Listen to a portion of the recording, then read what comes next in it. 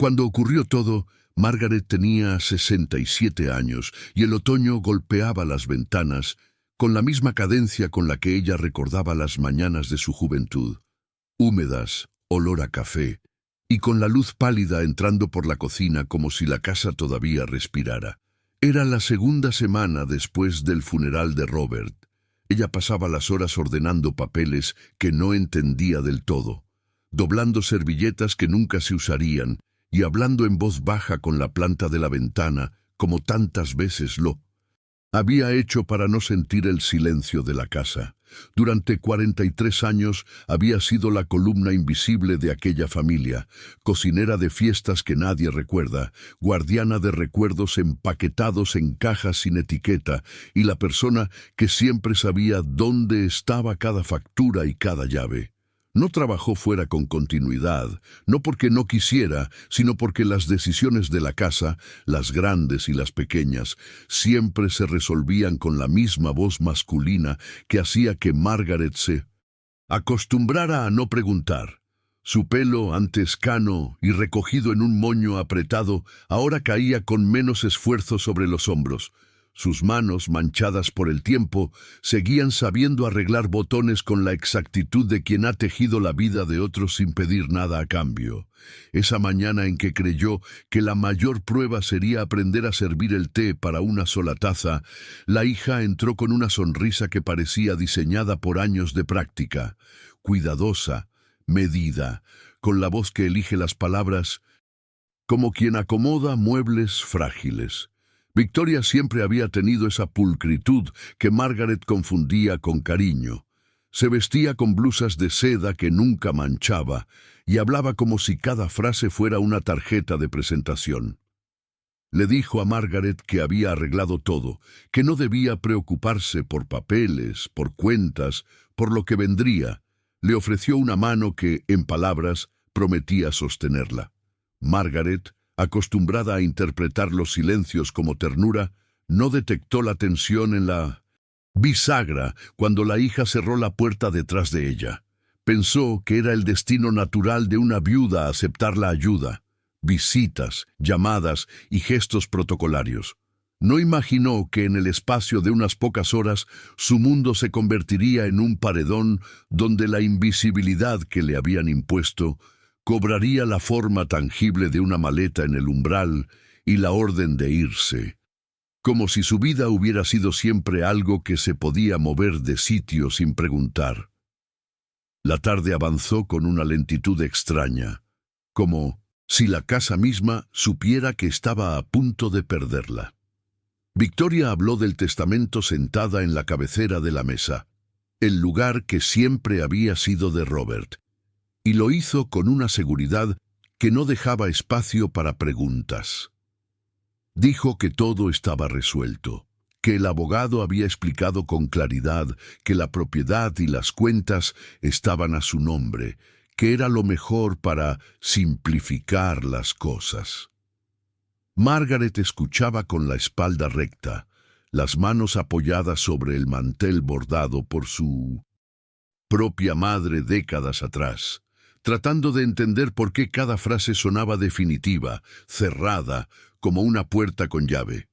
Cuando intentó decir algo, una duda pequeña, una pregunta torpe, la hija la interrumpió con una sonrisa corta, casi profesional, repitiendo que a su edad era normal confundirse.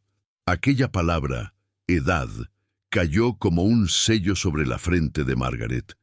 En pocos minutos, la conversación dejó de ser un intercambio y se convirtió en una instrucción.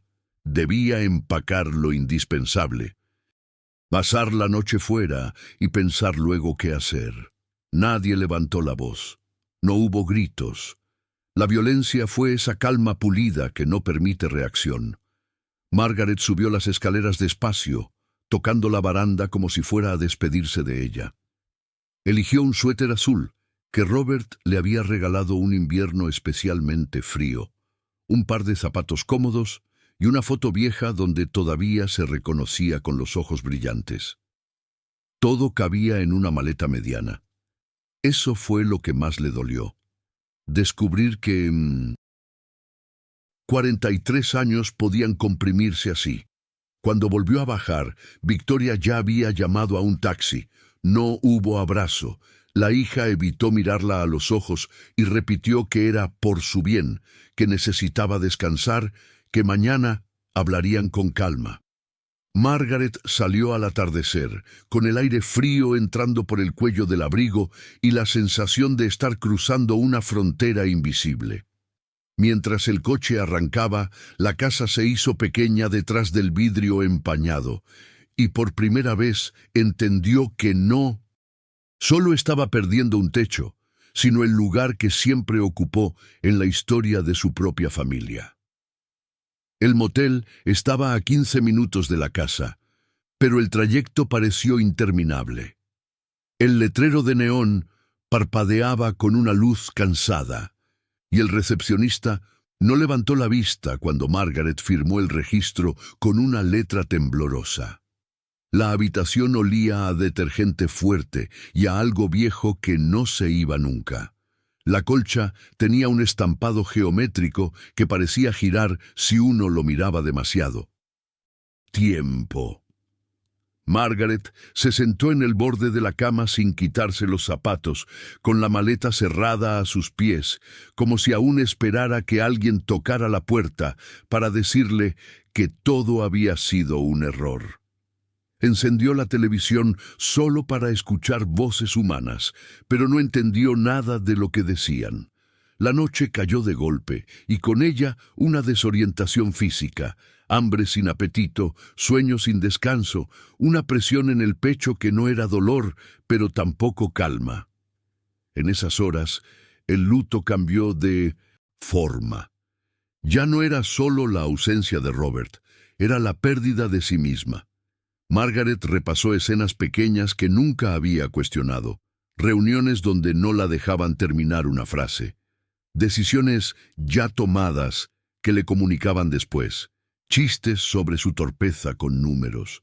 Pensó en lo meticuloso que había sido su marido con papeles, en cómo guardaba copias de todo en carpetas rotuladas con letra clara, y algo empezó a chirriar en su interior. ¿De verdad él habría dejado a su esposa de 43 años sin nada?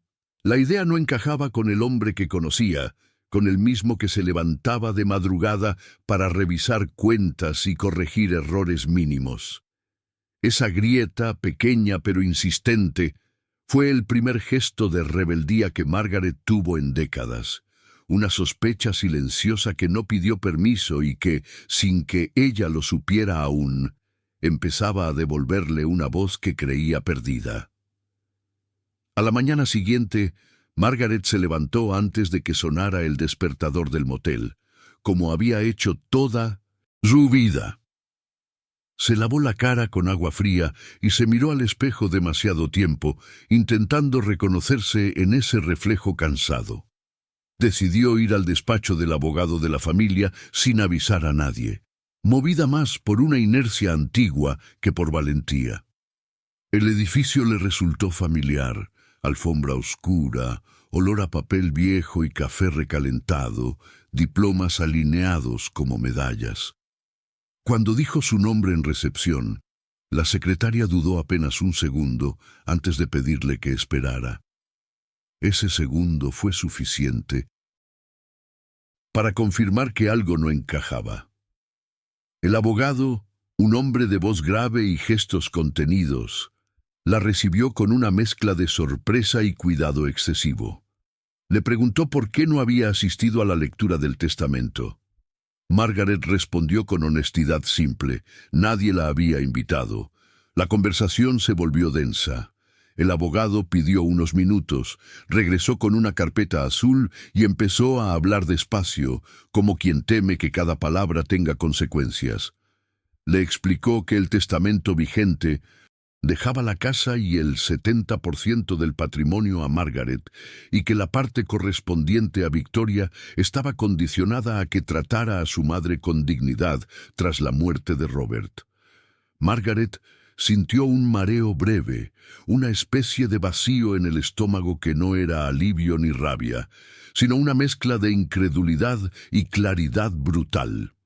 Los documentos que su hija le había mostrado eran versiones antiguas, sin validez legal. La expulsión, el abandono, la noche en el motel. Todo eso no solo era una traición emocional, sino una violación directa de una cláusula clara.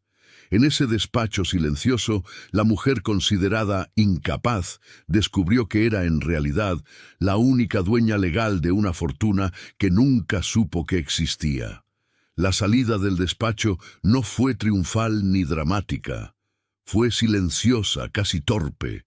Margaret caminó por la acera con la carpeta apretada contra el pecho, como si temiera que alguien se la arrebatara y con ella se llevara esa verdad recién descubierta. El mundo seguía igual. Autos pasando, gente mirando el teléfono, una panadería abriendo, y sin embargo todo había cambiado. Por primera vez en mucho tiempo, la información no la aplastaba, sino que la sostenía. Llamó al motel para extender una noche más y regresó con pasos lentos, repasando cada frase del abogado, cada firma, cada fecha. La claridad empezó a ordenar su mente como Robert ordenaba sus archivos, con precisión, sin emoción visible. No llamó a su hija. No pidió explicaciones. Entendió que cualquier palabra precipitada sería usada en su contra. Esa contención, aprendida a lo largo de décadas de silencio, ahora se convertía en una herramienta. Victoria no tardó en notar el cambio. 2 días después, cuando sus tarjetas dejaron de pasar y el banco solicitó aclaraciones urgentes, llamó a su madre con una voz que mezclaba prisa y condescendencia. Margaret escuchó sin interrumpir, sentada en la cama del motel, con la televisión apagada y la carpeta azul abierta como un mapa.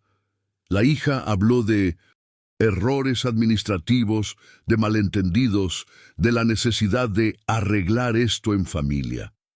Margaret respondió poco, con frases breves y una calma que descolocó.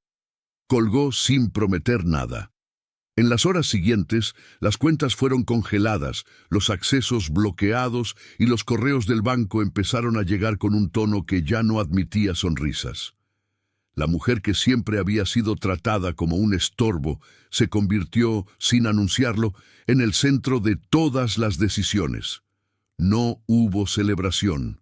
Hubo enfoque, y ese enfoque dolía porque implicaba aceptar que el amor filial había sido reemplazado por una estrategia.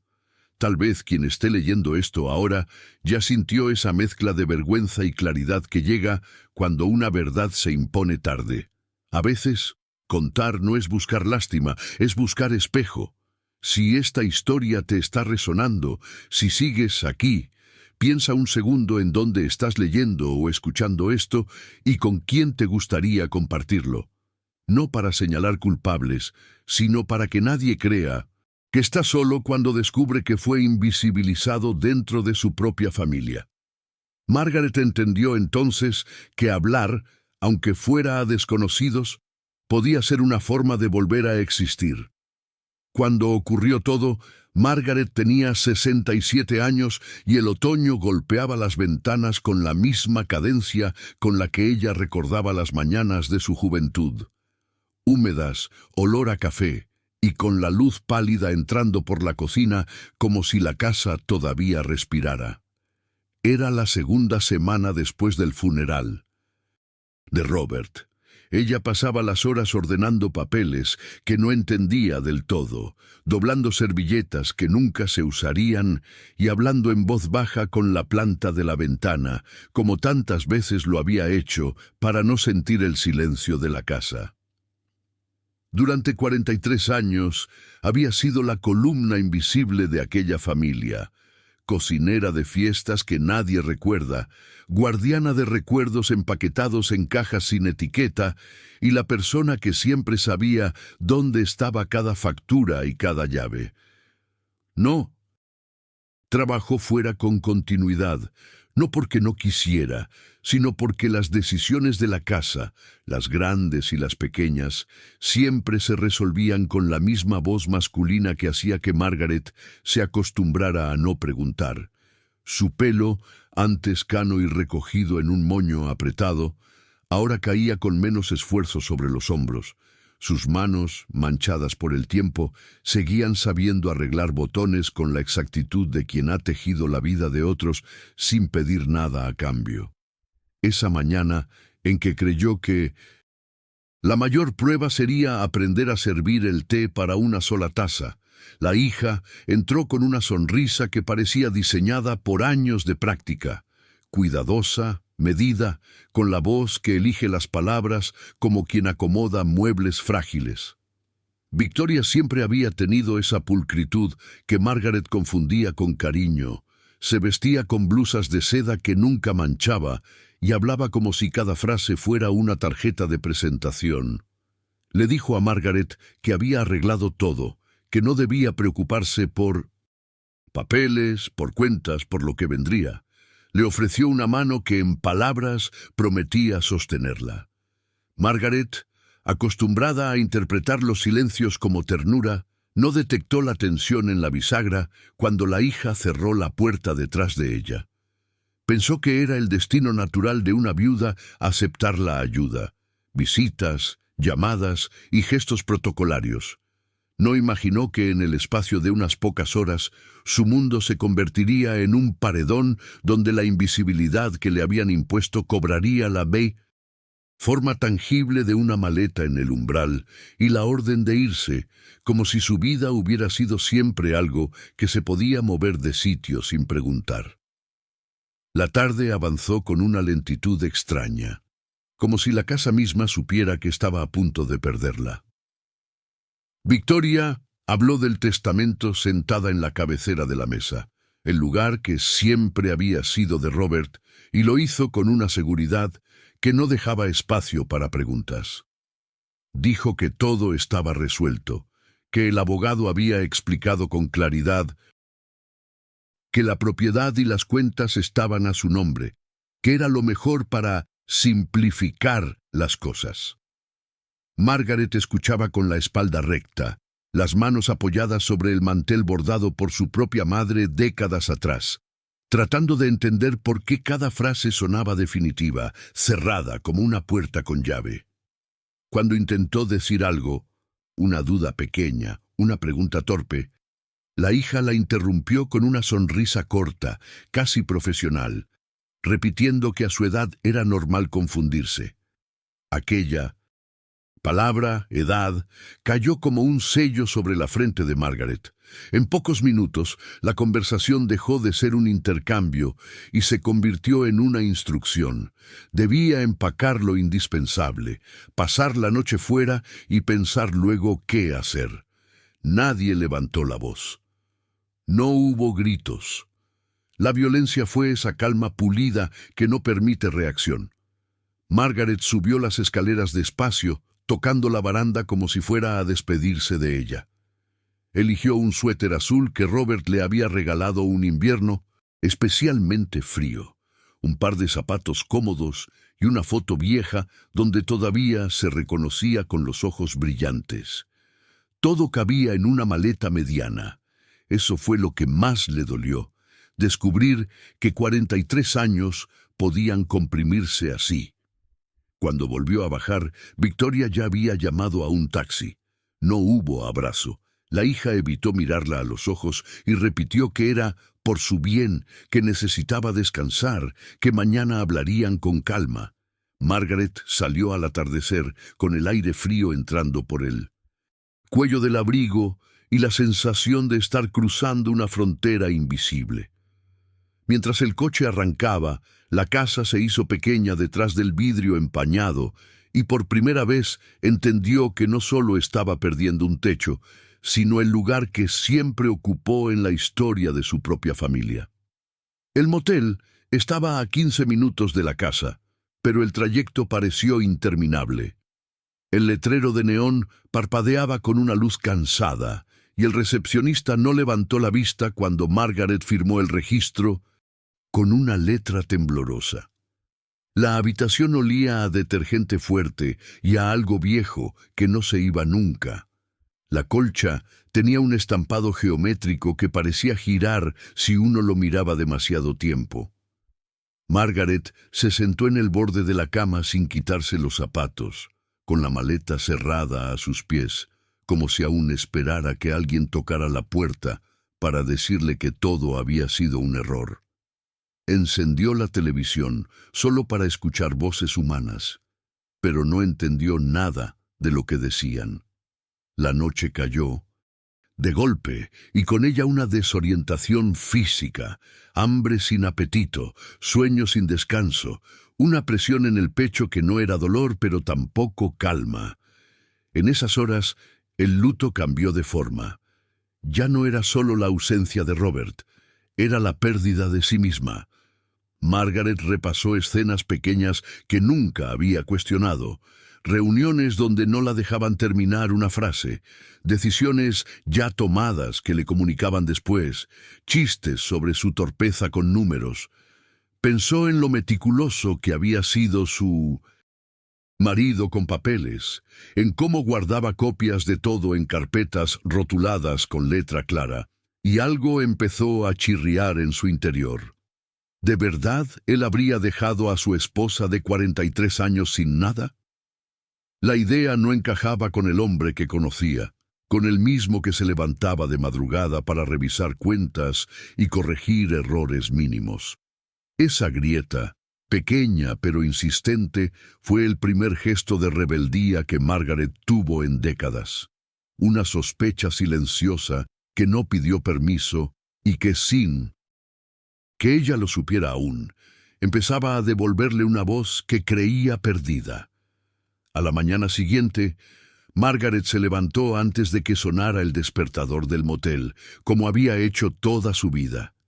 Se lavó la cara con agua fría y se miró al espejo demasiado tiempo, intentando reconocerse en ese reflejo cansado.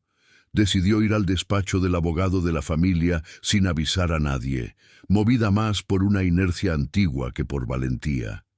El edificio le resultó familiar, alfombra oscura, olor a papel viejo y café recalentado, diplomas alineados como medallas. Cuando dijo su nombre en recepción, la secretaria dudó apenas un segundo antes de pedirle que esperara. Ese segundo fue suficiente para confirmar que algo no encajaba. El abogado, un hombre de voz grave y gestos contenidos, la recibió con una mezcla de sorpresa y cuidado excesivo. Le preguntó por qué no había asistido a la lectura del testamento. Margaret respondió con honestidad simple. Nadie la había invitado. La conversación se volvió densa. El abogado pidió unos minutos, regresó con una carpeta azul y empezó a hablar despacio, como quien teme que cada palabra tenga consecuencias. Le explicó que el testamento vigente dejaba la casa y el 70% del patrimonio a Margaret, y que la parte correspondiente a Victoria estaba condicionada a que tratara a su madre con dignidad tras la muerte de Robert. Margaret sintió un mareo breve, una especie de vacío en el estómago que no era alivio ni rabia, sino una mezcla de incredulidad y claridad brutal. Los documentos que su hija le había mostrado eran versiones antiguas, sin validez legal. La expulsión, el abandono, la noche en el motel. Todo eso no solo era una traición emocional, sino una violación directa de una cláusula clara. En ese despacho silencioso, la mujer considerada incapaz descubrió que era en realidad la única dueña legal de una fortuna que nunca supo que existía. La salida del despacho no fue triunfal ni dramática, fue silenciosa, casi torpe. Margaret caminó por la acera con la carpeta apretada contra el pecho, como si temiera que alguien se la arrebatara y con ella se llevara esa verdad recién descubierta. El mundo seguía igual, autos pasando, gente mirando el teléfono, una panadería abriendo. Y sin embargo todo había cambiado. Por primera vez en mucho tiempo, la información no la aplastaba, sino que la sostenía. Llamó al motel para extender una noche más y regresó con pasos lentos, repasando cada frase del abogado, cada firma, Cada fecha. La claridad empezó a ordenar su mente como Robert ordenaba sus archivos, con precisión, sin emoción visible. No llamó a su hija, no pidió explicaciones. Entendió que cualquier palabra precipitada sería usada en su contra. Esa contención, aprendida a lo largo de décadas de silencio, ahora se convertía en una herramienta. Victoria no tardó en notar el cambio. 2 días después, cuando sus tarjetas dejaron de pasar y el banco solicitó aclaraciones urgentes, llamó a su madre con una voz que mezclaba prisa y condescendencia. Margaret escuchó sin interrumpir, sentada en la cama del motel, con la televisión apagada y la carpeta azul abierta como un mapa. La hija habló de errores administrativos, de malentendidos, de la necesidad de arreglar esto en familia. Margaret respondió poco, con frases breves y una calma que descolocó. Colgó sin prometer nada. En las horas siguientes, las cuentas fueron congeladas, los accesos bloqueados y los correos del banco empezaron a llegar con un tono que ya no admitía sonrisas. La mujer que siempre había sido tratada como un estorbo se convirtió, sin anunciarlo, en el centro de todas las decisiones. No hubo celebración, hubo enfoque, y ese enfoque dolía, porque implicaba aceptar que el amor filial había sido reemplazado por una estrategia. Tal vez quien esté leyendo esto ahora ya sintió esa mezcla de vergüenza y claridad que llega cuando una verdad se impone tarde. A veces, contar no es buscar lástima, es buscar espejo. Si esta historia te está resonando, si sigues aquí, piensa un segundo en dónde estás leyendo o escuchando esto y con quién te gustaría compartirlo.